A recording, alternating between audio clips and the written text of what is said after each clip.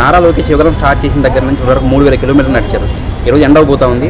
YSR Congress party ఎన్ని అడ్డంకులు సృష్టించినా కూడా దిగ్విజయంగా నారా లోకేష్ యుగం పాదయాత్ర అలాగే ముందుకు నడిపించారు. నారా లోకేష్ గారి యుగం పాదయాత్ర ప్రజాదరణ ఉందంటారా? యువగలం ఒక జనగలమై ప్రజాగలమై కదిలింది. ఎందుకంటే గతంలో అనేక మంది రాజకీయ నాయకులు ఆంధ్రప్రదేశ్ రాష్ట్రంలో కావచ్చు, దేశంలో కావచ్చు పాదయాత్రలు చేశారు. వాళ్ళంతా పదవుల కోసం మాత్రమే చేశారు. కానీ భారతదేశ చరిత్రలో తొలిసారి రాష్ట్ర ప్రజల భవిష్యత్తు కోసం, ప్రజల ఆకాంక్షల కోసం పాదయాత్ర చేసిన వ్యక్తి నారా లోకేష్. ఈ నారా లోకేష్ గారి పాదయాత్రకు జరిగిన అడ్డంకులు బహుశా దేశంలో, ప్రపంచంలో ఏ రాజకీయ నాయకుడు పాదయాత్రకి అడ్డంకులు జరగలేదు. ఎందుకంటే ఈ మాట అంటున్నామంటే ఆయన మొదటి అడుగు వేస్తామన్న రోజే ఎవరైతే వైఎస్ఆర్సీపీ నాయకులు ఉన్నారో వాళ్ళంతా ఏమన్నారో తెలుసా? లోకేష్ని ఒక్క అడుగు కూడా పన్నేవు, లోకేష్ని 1 కిలోమీటర్ కూడా నడవనేమన్నారు. అలాగా ఎన్నో ఆంక్షలు పెట్టితే నారా లోకేష్ గారు ఎక్కడా తగ్గల. ఆయన 1 అడుగు వేసుకుంటూ ప్రజా సమస్యలు తెలుసుకుంటూ ముందుకు వెళ్ళాడు. ఆయన నడిచేటప్పుడు కొంతమంది అన్నారు, ఏమన్నారు తెలుసా? పోతూ ఉంటే స్టూల్ లాగేశారు, ఆయన మాట్లాడుతున్న మైక్ లాగేశారు, ఆయన మాట్లాడి నిలబడి బండిని లాగేశారు. ఇవన్నీ లాగేస్తూ ఉన్నా, ఆయన అడ్డుకుంటూ ఉన్న పోలీసుల పైన, ఆయన పైన అనేక కేసులు పెడుతూ ఉన్నా లోకేష్ గారు ఎక్కడా వెనకడుగేలా ఒకే మాట చెప్పాడు, సాగనిస్తే పాదయాత్ర లేకపోతే దండయాత్ర అని. అదేవిధంగా పాదయాత్ర మొత్తం కొనసాగింది. ప్రతిరోజు ఏదో ఒక సామాజిక వర్గం వాళ్ళతో, ఏదో ఒక రంగం వాళ్ళతో ముఖాముఖి సమావేశం నిర్వహించి వాళ్ళ సమస్యలు తెలుసుకున్నాడు. దారి పొడవునా ఎంతో మంది అవ్వ తాతలు, పిల్లలు, విద్యార్థులు అందరూ, యువత, అదేవిధంగా ప్రతి ఒక్క రంగంలో పనిచేసే మహిళలు అందరూ వాళ్ళ సమస్యలు చెప్తే అక్కడికక్కడ తెలుసుకుంటూ, వాళ్ళ ఆకాంక్షలను తెలుసుకుంటూ, రేపు తెలుగుదేశం ప్రభుత్వం వస్తే ఏం చేస్తుందో, ఈ వైఎస్ఆర్సీపీ ప్రభుత్వం ఎలా నాశనం చేసిందో వివరిస్తూ సాగాడు. ఎక్కడన్నా ఎవరన్నా వచ్చి సహాయం అడిగితే దానవీర సూరకర్ణుల్లాగా ఆ విధంగా సహాయం చేశాడు. ఎక్కడ నేను చేయలేను, నేను అధికారంలోకి వస్తే చేస్తానని చెప్పలేదు నారా లోకేష్ గారు. నా పిల్లవాడు చదువుకోవాలబ్బా, ఆ సహాయం చేయంటే ఆ పిల్లవాడిని చదివిపించే బాధ్యత నాది. మా కొడుకు చనిపోయాడంటే నేను మీ ఇంట్లో పెద్ద కొడుకు కావండి, ఆ బిడ్డల చదువు నేను చూసుకుంటా అన్నాడు. ఎవరన్నా తల్లి వచ్చి నా భర్త చనిపోయాడండి ఈ విధంగా అంటే, మా పిల్లలు ఈ విధంగా అనాథలు అయిపోయారంటే మీ పిల్లల్ని చదివిపించి వాళ్ళు ఎంతవరకు చదువుతారు అంతవరకు మేము చదివిపిస్తామని చెప్పారు. ఎవరన్నా వికలాంగులు వచ్చి నాకు ఈ విధంగా పెన్షన్ రావటం లేదు, నాకు ఈ విధంగా సహాయం చేయండి అంటే వాళ్ళకి ఏ టైప్ సహాయం కావాలంటే ఆ సహాయం చేసేవాడు. అదేవిధంగా నారా లోకేష్ గారు పాదయాత్ర చేసేటప్పుడు వైఎస్ఆర్సీపీ దుండగులు, రాక్షసులు ఎవరిపైన దాడి చేసి వాళ్ళ ఆస్తులు ధ్వంసం చేస్తే వాళ్ళకు అండగా నిలబడి తాను సహాయం చేశాడు. ఈ విధంగా ఎంతో మందికి సహాయం చేశాడు. అదేవిధంగా పాదయాత్రలో మనం చూసినట్లయితే ఒక్కొక్క అడుగు ఒక జనగలమై సాగింది. ఎందుకంటే అక్కడక్కడ సమస్యలు ఉన్నప్పుడు ఆ సమస్యలకు పరిష్కారం దిశగా వెళ్ళాయి. ఎందుకంటే గతంలో అనేక మంది రాజకీయ నాయకులు పాదయాత్రలు చేస్తుంటే మైల్ స్టోన్స్ వస్తే 100 కిలోమీటర్ 200 కిలోమీటర్లకు పైలాన్లు ఆవిష్కరించేవాళ్ళు. లోకేష్ గారు ఇది పైలాన్లు ఆవిష్కరించడానికి కాదు ఈ జరిగే పాదయాత్ర, అక్కడుండే సమస్యలకి పరిష్కారం చూపించే విధంగా సాగాలి ఈ పాదయాత్ర అని ప్రతి 100 కిలోమీటర్లకి ఒక్కొక్క మైల్ పాయింట్ వేసేటప్పుడు అక్కడ లోకల్లో ఆ పాదయాత్ర ఎక్కడైతే సాగుందో అక్కడ ఏ సమస్య ఉందో ఆ సమస్య పరిష్కారం చూపుతూ రేపు తెలుగుదేశం ప్రభుత్వం వచ్చిన తర్వాత ఎన్ని రోజుల్లో ఆ సమస్యకు పరిష్కారం చూపిస్తామో క్లియర్ కట్ గా చెప్పడం సాగింది. ఇది గతంలో ఏ రాజకీయ నాయకుడు ఇలాంటి కొత్త ఒరవడికి శ్రీకారం ఫస్ట్ టైం లోకేష్ గారు చుట్టారు. ఇంకొకటి కొన్ని ప్రముఖ మీటింగులు పెట్టి ప్రతి ఒక్క సామాజిక వర్గం వాళ్ళతో ముఖాముఖి నిర్వహించాడు. ఎక్కడంటే తిరుపతిలో మొదలైన హలో లోకేష్తో మొదలు పెడితే గోదావరి జిల్లాలో ముగిసిన దళితులతో లోకేష్ వరకు అనేక సభలు హలో లోకేష్ లో యువతకు ఒక భరోసా ఇచ్చాడు.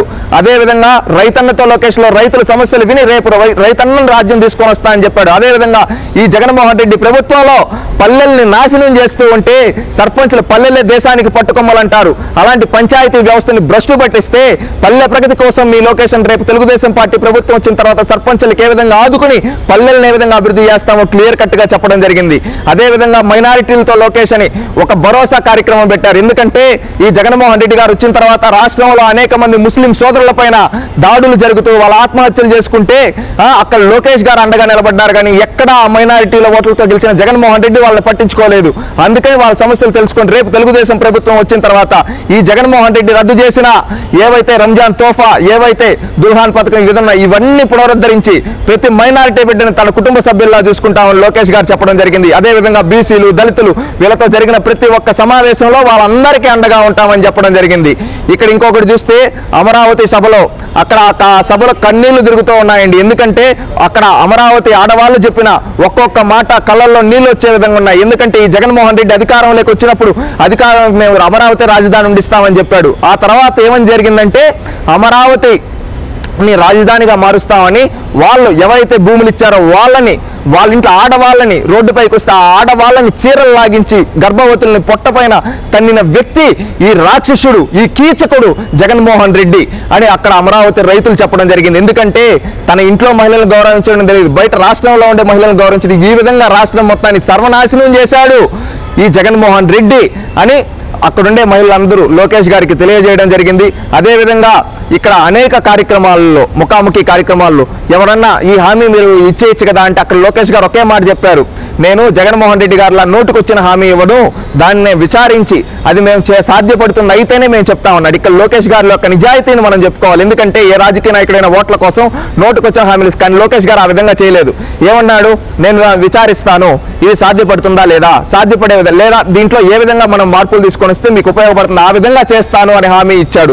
అంటే ఇక్కడ లోకేష్ గారి యొక్క గొప్పతనం చూడండి.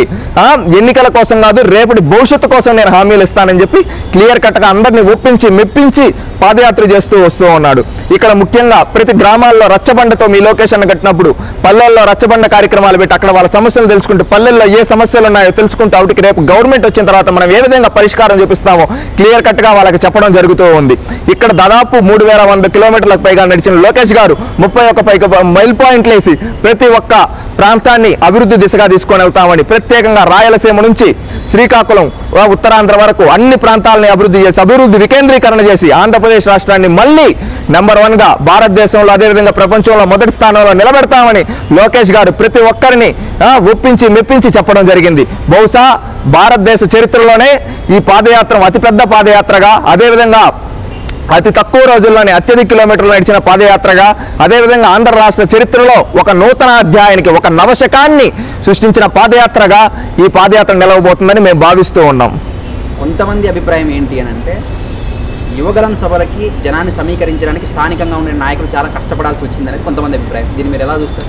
ఇక్కడెక్కడ జన సమీకరణ అనేది స్వచ్ఛందంగా వచ్చారు. మనం మొదలు పెడితే కుప్పంలో మొదలైన పాదయాత్ర ఈరోజు విజయనగరం జిల్లా వరకు ప్రతి ఒక్క దగ్గర ప్రతి ఒక్కరు స్వచ్ఛందంగా వచ్చిన వాళ్ళే. జగన్మోహన్ రెడ్డి గారి లాగా ఇక్కడ ముద్దులు పెట్టే సన్నివేశాలు లేవు. జగన్మోహన్ రెడ్డి గారి లాగా కావాలనే మట్టి పూసుకొని ఆ విధంగా చేయాల. ప్రతి ఒక్కరు కష్టాలు తెలుసుకుంటూ సహాయం చేస్తూ వాళ్ళ బాధలు వింటూ వాళ్ళలో ఒకటిగా లోకేష్ గారు కొనసాగుతూ వెళ్ళారు. అంతేగాని జగన్మోహన్ రెడ్డి గారి లాగా వీకెండ్ పాదయాత్రలు చేయలేదు. ఇక్కడ ప్రతి ఒక్కరు వచ్చిన జనం స్వచ్ఛందంగా వచ్చారు. ఈ జన సమీకరణ చూసి ఈ జగన్మోహన్ రెడ్డి గారు పోలీసులను పెట్టి అక్రమంగా అరెస్టులు చేపించి కార్యకర్తలపైన కేసులు పెట్టాడు. అంటే ఇక్కడ మీరు చూడండి, ఆ పాదయాత్ర మీరు అన్నట్టు జనాలు రాకపోయి ఉంటే ఎందుకు ఆపుతాడండి లోకేష్ గారిని? కుప్పంలో నుంచి పలమనేరులో చూసాం, బండి లాక్కున్నారు, పీలేరులో నిలబడి మాట్లాడారు, మైక్ లాక్కుంటే ఇల్లు పైకి ఎక్కి మాట్లాడాడు, ఈ విధంగా స్టూల్ పైన ఎక్కితే స్టూల్ లాక్కున్నారు. ఈ విధంగా అనేక కష్టాలు ఎందుకు పెడతారు జనాలు రాకపోయి ఉంటే? ఆ జనాలు వచ్చింది, ఆ జనాలు చూసి ఓరవలేక ఈ విధంగా జగన్మోహన్ రెడ్డి అడుగడుగునా అడ్డుకున్నాడు లోకేష్ గారిని. అక్కడెక్కడ ఆగల జగన్మోహన్ రెడ్డి గారు అన్నిసార్లు ఆపినా కానీ లోకేష్ గారు ఎక్కడ ఆకుండా వెళ్ళారు. అది ఆయన యొక్క ధైర్యం. గతంలో జగన్మోహన్ రెడ్డి గారు పాదయాత్ర చేశారు, రాజశేఖర్ రెడ్డి గారు కూడా పాదయాత్ర చేశారు. రాజశేఖర్ రెడ్డి గారు పాదయాత్ర చేసినప్పుడు, జగన్మోహన్ రెడ్డి గారు పాదయాత్ర చేసినప్పుడు, చంద్రబాబు నాయుడు గారు ముఖ్యమంత్రిగా ఉన్నప్పుడు ఏ రోజు వాళ్ళని అడ్డుకోలా, ఏ రోజు పోలీసులు పెట్టి ఆపలా.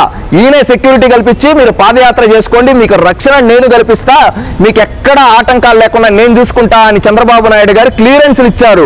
అది చంద్రబాబు నాయుడు యొక్క గొప్పతనం. ఈ రోజు లోకేష్ గారు పాదయాత్ర చేస్తూ ఉంటే అడుగడుగునా అడ్డుకున్నాడు. ఇది జగన్మోహన్ రెడ్డి వక్ర బుద్ధి. జగన్మోహన్ రెడ్డి భయపడ్డాడు కాబట్టి ఆయన పులి కాదు పిల్లి అని అక్కడే నిరూపించుకున్నాడండి.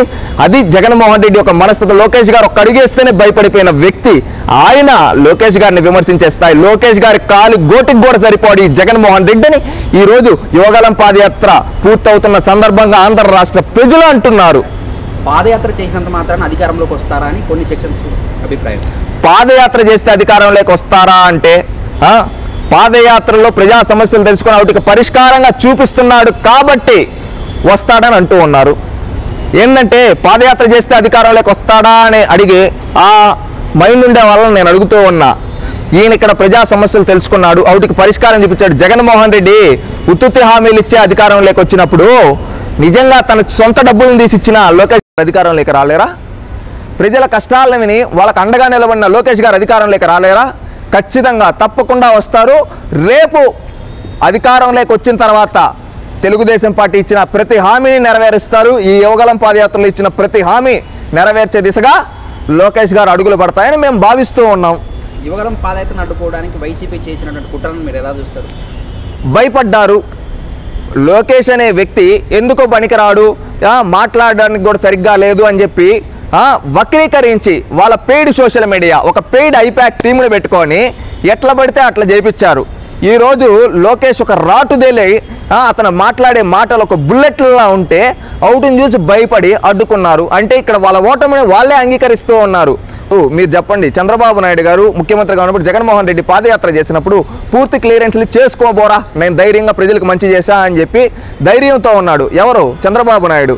ఈరోజు జగన్మోహన్ రెడ్డి లోకేష్ గారు అడిగేస్తే ఆపుతా ఉన్నాడంటే ఆయనకు ఓటమి భయం ఒకటి. రెండోది ఏమంటే ఆయన బయటికి వెళ్తే జనాలు జగన్మోహన్ రెడ్డి గారిని ఎవరో ఆయన మాట్లాడే మాటలకు ట్రోల్ అయిపోతున్నాడు. అందుకని లోకేష్ గారు వెళ్ళి అద్భుతంగా ప్రసంగిస్తూ మాటల తోటాలతో ఆయనపై విమర్శలు చేస్తూ ఉంటే దానికి సమాధానం చెప్పలేక వీళ్ళ ఎమ్మెల్యేలు వీళ్ళు దొంగచాటుగా ఈ విధంగా కేసులు పెడుతూ అక్రమంగా భయపడి అడ్డుకున్నారు. ఈ నెల 20వ తేదీన జరిగినటువంటి యువగలం ముగింపు విజయోత్సవ సభ గురించి మీ ఒపీనియన్? ఈ యువగలం పాదయాత్ర అనేది ఇంతటితో అంతమవుదు. ఒక నవశకానికి నాంది పలుకుతూ ఉంది, ఒక నవశకానికి శ్రీకారం చుడుతూ ఉంది. ఈ నవశకం అనేది రేపటి ఆంధ్రప్రదేశ్ రాష్ట్ర భవిష్యత్తు తలరాతను మార్చబోతూ ఉంది. ఈ నవశకం అనేది రేపు ఈరోజు దగాపడ్డ రైతన్నలు, మహిళలు, బీసీలు, ఎస్సీలు, ఎస్టీలకి అండగా నిలబడే విధంగా ఈ నవశకం సభ అనేది జరుగుతుంది. ఈ సభ అనేది భారతదేశ చరిత్రలోనే ఒక చారిత్రాత్మక సభగా మిగిలిపోతుంది. అదేవిధంగా ఆంధ్రప్రదేశ్ రాష్ట్ర రాజకీయ ముఖ చిత్రాన్ని మార్చబోతుంది ఈ సభ.